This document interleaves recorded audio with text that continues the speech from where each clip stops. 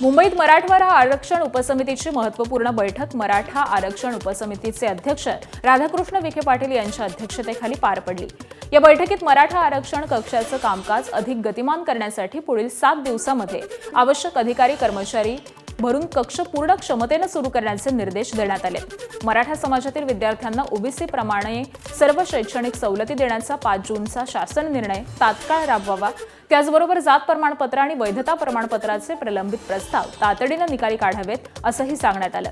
तसंच तालुका वंशावळ समितीला मुदतवाढ देण्याचे आदेश देखील यावेळी देण्यात आले। पंतप्रधान नरेंद्र मोदी यांनी मन की बात या कार्यक्रमामध्ये मातीच्या गणेश मूर्तींची प्रतिष्ठापना करण्याचं आवाहन केलेलं असताना तुमची भूमिका वेगळी का आहे? तुमची भूमिका पंतप्रधानांच्या भूमिकेशी विसंगत का आहे? असा परखड सवाल मुंबई उच्च न्यायालयानं राज्य सरकारला विचारलाय। तसंच राज्य सरकारला धोरण स्पष्ट करण्याचे निर्देश मुंबई उच्च न्यायालयानं दिले। या प्रकरणात पुढील सुनावणी आज होणार आहे। पीओपीच्या गणेश मूर्तींचं नैसर्गिक स्रोतांमध्ये विसर्जन करण्यास पूर्ण बंदी घालण्यात यावी या मागणीसाठी आणि केंद्रीय प्रदूषण नियामक मंडळाच्या बदलत्या मार्गदर्शक तत्वांविरोधात ठाण्यातील पर्यावरणवादी कार्यकर्ते रोहित जोशी यांनी मुंबई उच्च न्यायालयामध्ये याचिका दाखल केली आहे। या याचिकेला मूर्तिकार संघटनांनी आव्हान दिलेलं असून मुंबई उच्च न्यायालय सध्या त्या याचिकेवरती सुनावणी सुरू आहे।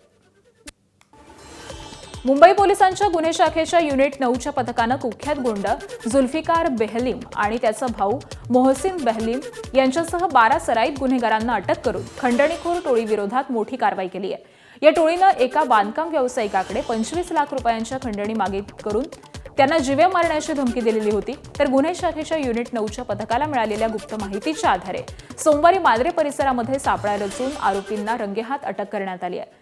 मुख्य आरोपी जुल्फिकार बेहलम याच्यावरती याआधी देखील मकोका अंतर्गत कारवाई झाल्याची माहिती आहे। दरम्यान या टोळीनं मुंबई परिसरातील अनेक व्यावसायिकांना धमकावून त्यांच्याकडून खंडणी उकळल्याचा पोलिसांना संशय आहे। त्यामुळे या टोळीकडून खंडणीची मागणी किंवा वसुली झाली असल्यास नागरिकांनी गुन्हे शाखेच्या युनिट 9 किंवा पोलिसांशी संपर्क साधण्याचं आवाहन करण्यात येत आहे। मुंबईच्या खार पोलीस ठाण्यातील अंमलदार अनिल जाधव यांच्या विरोधामध्ये लाचखोरीचा गुन्हा दाखल झालाय। हॉटेल व्यवसाय सुरू ठेवण्यासाठी दरमहा 2,500 आणि मागील 4 महिन्यांचे मिळून असे 10,000 लाचेची मागणी केल्याचा आरोप करण्यात आलाय।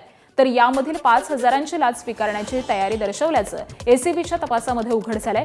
हॉटेलवरती कारवाईची धमकी देत लाचेची मागणी केल्याची तक्रार करण्यात आली आहे आणि या प्रकरणी पोलीस निरीक्षक रजनी उंबकर अधिक तपास करतायत। अनिल जाधव यांची चौकशी करून जबाबही नोंदवण्यात आलाय।